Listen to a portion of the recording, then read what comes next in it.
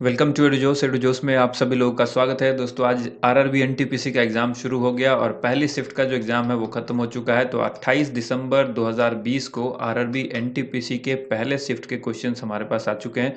जो भी क्वेश्चन पूछा गया है वो ऑथेंटिक है और अगर किसी क्वेश्चन में आपको डाउट लगता है तो क्वेश्चन नंबर आप कमेंट ज़रूर कीजिएगा, क्योंकि अगर आप एग्ज़ाम देकर आए हैं तो आपको पता होगा कि वो क्वेश्चन पूछा गया था या नहीं। तो फिर हम उसको फाइनल जो लास्ट में हम आपको एक कंप्लीट डे का पूरा शिफ्ट 1 और शिफ्ट 2 का जो कंबाइंड एनालिसिस करेंगे, उसमें उस क्वेश्चंस को हम वहाँ से रिमूव कर देंगे। तो ज़रूर बताइएगा कि कौन सा क्वेश्चन उसमें से नहीं पूछा गया है, क्योंकि ज़्यादातर क्वेश्चन जो है वो कैंडिडेट के द्वारा ही भेजे गए हैं कि ये पूछा गया था। फिर भी कुछ क्वेश्चंस पर मुझे भी डाउट था, तो आप उसे बताइएगा ज़रूर। और अगर चैनल से अभी तक आप नहीं जुड़े हैं तो चैनल से जुड़कर इसको सब्सक्राइब ज़रूर करें, ताकि हर एक वीडियो का एनालिसिस आपको सबसे पहले मिले जब भी नई वीडियो आए। वीडियो पसंद आती है तो उसे लाइक एंड शेयर जरूर कीजिएगा। देखिए, सबसे पहला यहाँ पर सवाल है, सबरीमाला मंदिर किस राज्य में है? ये सवाल पूछा गया है, तो आंसर हो जाएगा केरल। उसके बाद क्वेश्चन पूछा गया है, सेरीकल्चर किससे संबंधित है? तो सेरीकल्चर का संबंध जो है वो रेशम कीट पालन से है। ठीक है, रेशम के कीट पालन से, या आप इसको कहें कि सवाल अगर उलट के पूछा जाए कि रेशम कीट का पालन किससे संबंधित है, उसको क्या कहेंगे? तो सेरीकल्चर कहेंगे। इसके अलावा क्वेश्चन पूछा गया था, एनवायरमेंट प्रोटेक्शन एक्ट यानी पर्यावरण संरक्षण अधिनियम कब आया था? तो ये 1986 ईस्वी में आया था। बहुत ही इंपॉर्टेंट सवाल था। अच्छा, इसमें कई कैंडिडेट ये बता रहे हैं कि जो साइंस के क्वेश्चन है वो बहुत कम देखने को मिले हैं। 3 से 4 क्वेश्चन जो है वो साइंस के क्वेश्चन देखने को मिले हैं। क्या वाकई इसमें सच्चाई है? ये जरूर कमेंट करके बताइएगा, क्योंकि अगर साइंस के क्वेश्चन अभी नहीं पूछे जा रहे हैं तो इसका मतलब ये नहीं है कि आने वाली शिफ्ट में आपसे साइंस के क्वेश्चन नहीं पूछे जाएंगे। इस चीज़ के इस भ्रम में बिल्कुल भी मत रहिएगा, इसलिए साइंस को पढ़ना बंद मत कीजिएगा। स्टैटिक जीके के क्वेश्चंस बहुत ज़्यादा आए हैं और जो करंट अफेयर्स के क्वेश्चन हैं वो भी कम हैं। तो साइंस और करंट अफेयर्स का जो वेटेज है इस बार अभी पहली शिफ्ट के हिसाब से वो कम है, तो ऐसा बिल्कुल भी मत सोचिएगा कि आगे भी इसका वेटेज कम ही रहने वाला है, ऐसा नहीं है। देखिए, सवाल पूछा गया है, केंद्रीय आलू अनुसंधान संस्थान जो है वो कहाँ पर है? बहुत ही अच्छा सवाल है और इस तरह के कई अनुसंधान केंद्र हैं जो आपको याद रखना होगा। तो केंद्रीय आलू अनुसंधान केंद्र कहाँ है? ये है शिमला में। तो ऑप्शन में था शिमला, राइट आंसर हो जाएगा शिमला। कृषि अनुसंधान संस्थान कहाँ पर है? ये सवाल याद रखिएगा, ये है नई दिल्ली में। और सड़क अनुसंधान के बारे में भी याद रखिएगा, ये भी नई दिल्ली में है। इस तरह के कई ऐसे अनुसंधान हैं जो आपको याद रखना होगा। आने वाले दिनों में आपको इसके लिए एक वीडियो भी स्पेशल बना दी जाएगी, तो उसको ध्यान से रखिएगा। ये एक्स्ट्रा क्वेश्चन था, कृषि अनुसंधान और सड़क अनुसंधान, जिसको हमने यहाँ पर आपको बताया। सवाल पूछा गया था, केंद्रीय आलू अनुसंधान संस्थान कहाँ पर है? आंसर होगा शिमला। इसके बाद पूछा गया, कुंडाकुलम न्यूक्लियर पावर स्टेशन जो है वो कहाँ है, यानी किस राज्य में है? तमिलनाडु में है कुंडाकुलम न्यूक्लियर पावर स्टेशन। इसके बाद पूछा गया, श्रीनगर को लेह से कौन सा दर्रा जोड़ता है? श्रीनगर को लेह से जो दर्रा जोड़ता है उसका आंसर हो जाएगा जोजिला दर्रा। श्रीनगर से लेह को जोजिला दर्रा जोड़ता है और यही इसका राइट आंसर होगा। बिम्स्टेक का सदस्य देश कौन नहीं है? ये सवाल पूछा गया है। तो हमने आपको कई बार बताया कि जो बिम्स्टेक के सदस्य देश हैं उनका नाम आपको याद रखना होगा। 7 देश हैं जो बिम्स्टेक के सदस्य हैं, और अगर इनका नाम आप अच्छे से याद रखते हैं, जैसे भारत, भूटान, नेपाल, बांग्लादेश, ठीक है, श्रीलंका, म्यांमार और थाईलैंड। तो ये 7 देश हैं जिनका नाम अगर आप याद रखते हैं तो जब भी सवाल पूछेगा कि इनमें से कौन नहीं है, तो इन 7 देश के अलावा जो भी देश वहां पर ऑप्शन में होगा वो उसका राइट आंसर होगा। देखिए दोस्तों, वीडियो को ज़्यादा से ज़्यादा शेयर कीजिएगा। 100% एनालिसिस जो है, ऑथेंटिक वीडियो आपको इसी चैनल पर मिलेगा, इसलिए इस वीडियो को ज़्यादा से ज़्यादा लोगों के साथ शेयर कीजिए। और अगर आप एग्ज़ाम दे करके आते हैं तो एग्ज़ाम के बाद आप क्वेश्चन जो है इस नंबर पर ज़रूर शेयर करें। ये व्हाट्सएप नंबर है 9205056365। इस पर आप क्वेश्चन जरूर शेयर करें। किसी भी आरआरबी एनटीपीसी का एग्ज़ाम देकर आप आते हैं शिफ्ट का, उस शिफ्ट के क्वेश्चन जरूर हमें भेजें ताकि एनालिसिस करें। अगर आप ये उम्मीद करते हैं कि आपको मैं एनालिसिस दूं, कोई कैंडिडेट अगर एग्ज़ाम के क्वेश्चन ही हमें नहीं भेजेगा तो फिर हम कैसे बताएंगे? तो इस नंबर को हमने व्हाट्सएप नंबर के लिए ही रखा हुआ है और इस नंबर पर कोई कॉल नहीं आ पाएगी। तो आप सिर्फ व्हाट्सएप इस पे कीजिएगा, जो भी नंबर जो हमने स्क्रीन पर आपको दिया है इस पर व्हाट्सएप जरूर कीजिएगा सेकंड शिफ्ट के क्वेश्चन आने के बाद। इसके बाद देखिए, इसरो का मार्स ऑर्बिट मिशन कब लॉन्च किया गया था? इसरो ने मार्स मिशन, जो ऑर्बिट मिशन है, ये 5 अगस्त 2013 को लॉन्च किया था इसरो के द्वारा। अगला प्रश्न देखिए, पूछा गया है, लोकसभा में अधिकतम सीटों की संख्या कितनी हो सकती है? तो 552 इसका आंसर आंसर होगा स्टैटिक जीके का क्वेश्चन है। पृथ्वी पर किसी व्यक्ति का द्रव्यमान, इस क्वेश्चन को बहुत ध्यान से देखना है, मैक्सिमम लोग इस क्वेश्चन का आंसर गलत करके आए होंगे, क्योंकि यहां पर पूछा है पृथ्वी पर किसी व्यक्ति का द्रव्यमान 60 केजी है, तो चंद्रमा पर उसका द्रव्यमान जो है वो क्या होगा। यानी यहाँ पर मास दिया गया है, द्रव्यमान दिया गया है, ना कि वेट दिया गया है। अगर वेट दिया होता तो फिर आप उसको 1/6 कर देते, जैसे 60 है तो 60 का 1/6 करेंगे तो 10 केजी हो जाता, ठीक है। लेकिन यहाँ पर सवाल दिया गया है कि उसका मास दिया गया है कि 60 केजी है, तो चंद्रमा पर उसका मास क्या होगा, यानी द्रव्यमान क्या होगा। तो देखिए मास जो है वो रिमेन कांस्टेंट, यानी वो नियत रहता है, मास कभी भी बदलता नहीं है, चाहे किसी भी जगह पर चला जाए। तो मास अगर 60 केजी था तो मास चंद्रमा पर भी 60 केजी रहेगा। बहुत ही अच्छा सवाल था, बहुत ही इंपॉर्टेंट सवाल था, कई लोगों का आंसर इसका गलत हुआ होगा अगर ध्यान से उन्होंने नहीं पढ़ा होगा। यहाँ पर अगला प्रश्न पूछा गया, खालसा पंथ की स्थापना किसने की थी, तो आंसर होगा गुरु गोविंद सिंह जी ने। इसके बाद क्वेश्चन है, प्रार्थना समाज की स्थापना किसने की थी, महादेव गोविंद रानाडे और आत्माराम पांडुरंग, दोनों ने मिलकर। अब ऑप्शन में देख रहे हैं कि आपके ऑप्शन में क्या था। क्वेश्चन जो है ऑप्शन बेस्ड होता है, तो ऑप्शन में जो भी पूछा गया होगा उसी के हिसाब से आपको आंसर करना था। तीसरे खेलो इंडिया यूथ गेम्स का आयोजन जो 2020 में किया गया, ये कहां पर हुआ था, तो गुवाहाटी असम में, आपको याद रखना है गुवाहाटी असम के अंदर। करंट अफेयर्स का ये क्वेश्चन था, तीसरे खेलो इंडिया यूथ गेम्स का आयोजन गुवाहाटी असम में किया गया था। इसके बाद देखिए क्वेश्चन है, विश्व पर्यावरण दिवस 2020 की थीम पूछी गई है, क्या है। सबसे पहले तो आपको याद रखना होगा, पर्यावरण दिवस जो है, विश्व पर्यावरण दिवस मनाया कब जाता है, 5 जून को मनाया जाता है। और इसकी जो थीम थी 2020 में, जैव विविधता, ठीक है, जैव विविधता इसकी थीम थी, इसको आपको याद रखना है। इसके बाद है, पृथ्वी दिवस कब मनाया जाता है, अगर ये क्वेश्चन पूछा गया, इस क्वेश्चन पर मुझे डाउट है, ये क्वेश्चन अगर पूछा गया है तो 22 अप्रैल इसका आंसर होगा, पृथ्वी दिवस कब मनाया जाता है। इसके बाद देखिए अगला क्वेश्चन है, स्वराज मेरा जन्मसिद्ध अधिकार है, ये नारा किसने दिया था, बाल गंगाधर तिलक ने दिया था। इस क्वेश्चन पर भी डाउट है, आप बताइएगा कि ये क्वेश्चन पूछा गया है कि नहीं। इसके बाद है, मुकुर्थी नेशनल पार्क किस राज्य में है, तो आंसर होगा तमिलनाडु, ठीक है, मुकुर्थी नेशनल पार्क किस राज्य में है, तमिलनाडु में है। नेक्स्ट क्वेश्चन है, डीएनए का डबल हेलिक्स मॉडल किसने दिया, डीएनए का डबल हेलिक्स मॉडल वाटसन एवं क्रिक ने दिया। बायोलॉजी का बहुत ही इंपॉर्टेंट क्वेश्चन है, रेलवे इस क्वेश्चन को बार बार पूछता है। और अगर आप हमारे रेलवे की उस वीडियो को नहीं देख रहे हैं तो रेलवे की वीडियो जरूर देखें, जो हम डेली लेकर आते हैं, रेलवे के 20 इंपॉर्टेंट क्वेश्चन जो रेलवे पिछले 20 साल में बार बार पूछ रहा है। आज भी वो वीडियो आपको मिलेगी, इस वीडियो के थोड़ी देर के बाद आपको वो वीडियो मिल जाएगी, ठीक है। चाहे उसमें बायोलॉजी के क्वेश्चन हो, फिजिक्स के क्वेश्चन हो, ज्योग्राफी, हिस्ट्री, सबको अलग अलग उस वीडियो के अंदर आपके लिए उपलब्ध कराया जा रहा है, तो उस वीडियो को जरूर देखें।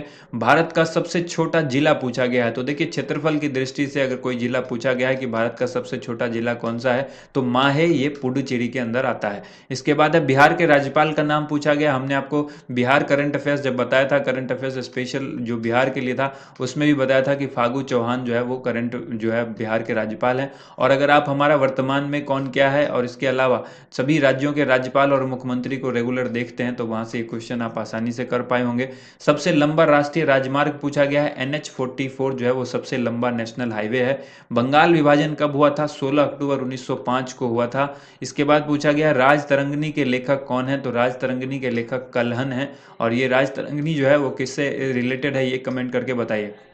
ये जो पुस्तक है राज तरंगिणी, ये किस जगह से संबंधित है, किस पर बेस्ड है, ये आपको बताना है। कलहन ने इसको लिखा था।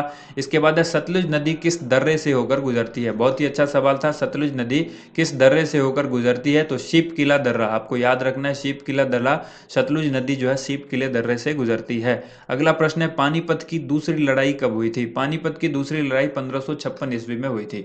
पहली लड़ाई कब हुई थी पानीपत की, पहली लड़ाई 1526 ईस्वी में हुई थी, ठीक। इसके 30 साल के बाद ये लड़ाई हुई थी 1556 में, पानीपत की दूसरी लड़ाई।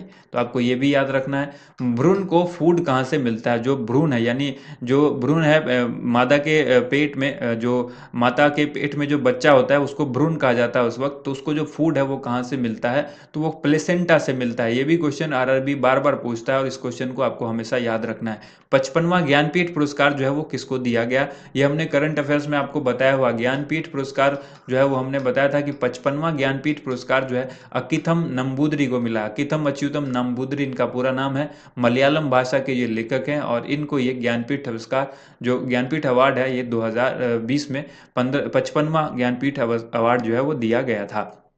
इसके बाद देखिए उससे पहले जो है अमिताभ घोष को दिया गया था इंग्लिश के लिए, ये भी आपको याद रखना है ठीक है।